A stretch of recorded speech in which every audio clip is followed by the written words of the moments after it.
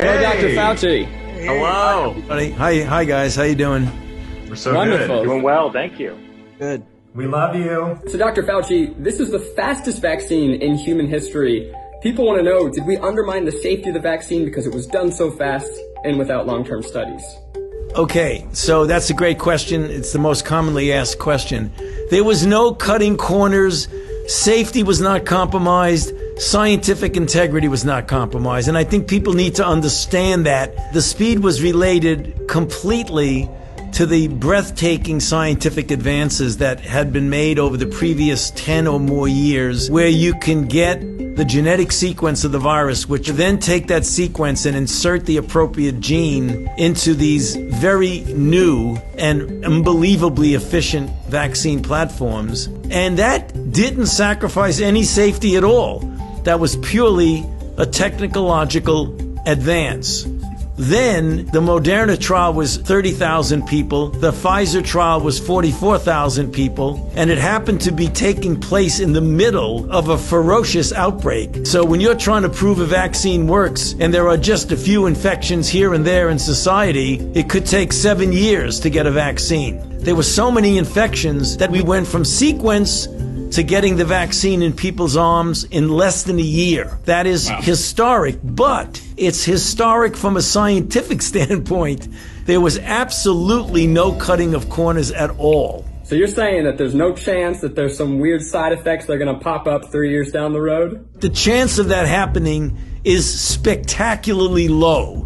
And let me tell you why. If you look at the history of all vaccinology and you say, when did these so-called longer-term effects occur? The overwhelming majority, 90+% of them, occur between 30 and 45 days after the vaccine trial ends. That is the reason why the FDA said that in order to make an emergency use authorization, you had to wait 60 days from the time 50% of the people in the trial got their last dose.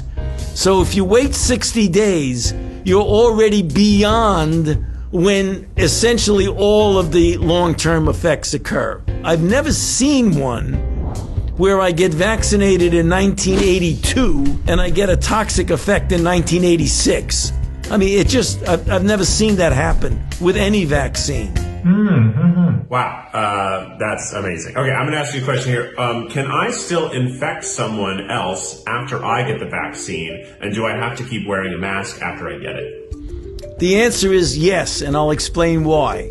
It is still conceivable that you could get infected and be asymptomatic. And even though the vaccine protected you from getting sick, it didn't protect you from getting infected. So you may not even know that you're infected and be completely asymptomatic and then spread it to somebody else. I think that's been the scariest part of this whole pandemic, is that I could totally have it and not know, and that terrifies me. We can pull back on masks when we get such an overwhelming proportion of the population is vaccinated that there's herd immunity, which means that the level of virus is so low that it's not a threat. What percentage of people need to get the vaccine for us to achieve that?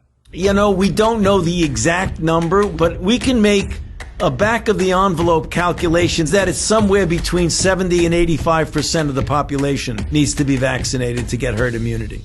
Here's, some people, there's a lot of people talking about things out there. Some people think maybe it would be easier to just achieve herd immunity by letting the virus spread rampantly through the population. What do you think about that?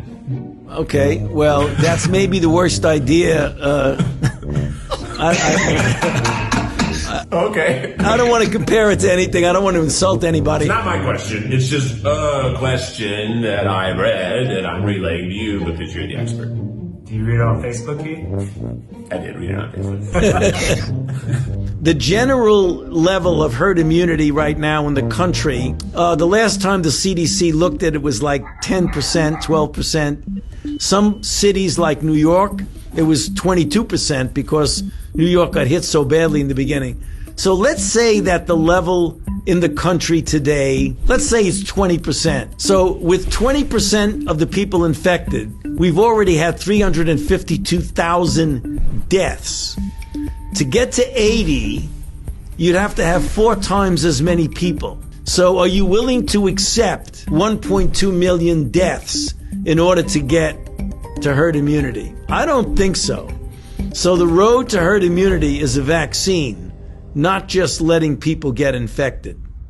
And how soon after getting the vaccine would I be immune? So let's say you get vaccinated and then 21 to 28 days later you get a boost. Anywhere from 10 to 14 days following the boost, you can consider yourself protected. Dr. Fauci, a new COVID variant has been reported in over 40 countries and is said to be more transmittable. Will that make the vaccine irrelevant? That has a mutation which is causing the virus to be much more easily transmissible from person to person. According to the Brits, who've looked at it very carefully, and we will also be doing the same thing, they find that the mutation does not make people sicker or even more people dying, nor does it seem to interfere with the protection that's afforded by the vaccine. So the only thing that's functionally different, it appears to spread more easily. My fiance Maggie, she actually got the vaccine already at work. They've been prioritizing nurses. For me, there's like a lot of contrasting information out there. Like, I'm immunosuppressed and I don't know, am I supposed to get it? You can take a vaccine. The only time an immunocompromised person should not take a vaccine is when it's a live, attenuated vaccine, because the virus can then replicate a lot in you and not stop replicating the way a person who has a normal immune system would be. But you should get vaccinated, because even though the immune compromise may not get you to have as robust a response, a less than robust response is better than no response. So go get vaccinated. Some protection is better than no protection, yes. Learned that in college. Stop, guys. Stop. I have a newborn child. We just got his 2 months vaccines for all of the other stuff, but I've been really worried about COVID. When can my kids get the vaccine? Do they need to get it? They do, but let me tell you what the strategy has been for decades and decades and decades with vaccines. Children and pregnant women are vulnerable, so the general policy has been you do not vaccinate children or pregnant women until you've proven that the vaccine induces the same sort of response that it induces in normal adults and protects them. And you do what's called a bridge. You bridge the immunogenicity study in the children and the pregnant women with the efficacy study that you've already completed, and you make a determination that it's okay to give it to children. We're going to start that likely towards the end of January. We'll be doing that in children. Oh, that's soon. So, Dr. Fauci, we know that the vaccine doesn't instantly make everything better. So what can you tell us about what the next few months look like? By the time we get to April, I think it would be open season, namely anybody can get vaccinated. There's no restrictions on it at all because all the priority people have been vaccinated. If we then vaccinate at a very good rate, President Biden has made the announcement that he's going to try and get 1 million doses a day, so that 100 million in the first 100 days. If we do 1 million a day, by the time we get to the end of the summer, we will have reached that percentage of herd immunity, so that in the fall, if everybody gets vaccinated, that should get vaccinated, we can start approaching a degree of normality. That doesn't mean nobody wears a mask, but that does mean kids can feel secure at school, you can go to a sporting event, you can go to a restaurant and have dinner, you can go to the theater, things like that. The critical issue is that we want to really make sure that this vaccine hesitancy that we see around gets overcome by the truth that the vaccine is safe and it's efficacious and it will protect you, your family, and ultimately all of society. So go out there and beat the bushes. Tell your friends to get vaccinated. Dr. Fauci, you've been interviewed by the best of the best the world has to offer, but never by 4 idiots at once. Next up, we have a lightning round. Are you ready?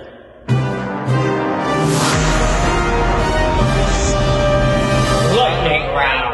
These are some of the most widely believed COVID vaccine conspiracy theories on the internet.